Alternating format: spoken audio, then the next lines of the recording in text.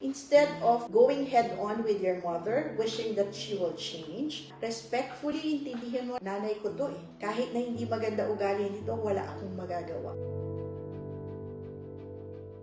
Pero hindi ako papayag na maaapektuhan ako, lalo't higit kung may anak ako. So, ang gagawin ko, I will be respectful enough na hindi ko na lang siya patulan, pero hindi ko rin papabayaan na lalo pa niya akong ilugmo. So, you get out. Alam niyo, minsan po, it's only in getting out of the situation that you get to have clearer mind, better energy, and better disposition. Minsan, kailangan nyo rin umalis. So, sa sitwasyon na yan, anak, huwag ka na makipagtalo. Hindi kailangan nating patunayan kung sino ang tama o mali. Kasi, ang nanay natin, kahit pa mali yan, nanay yan.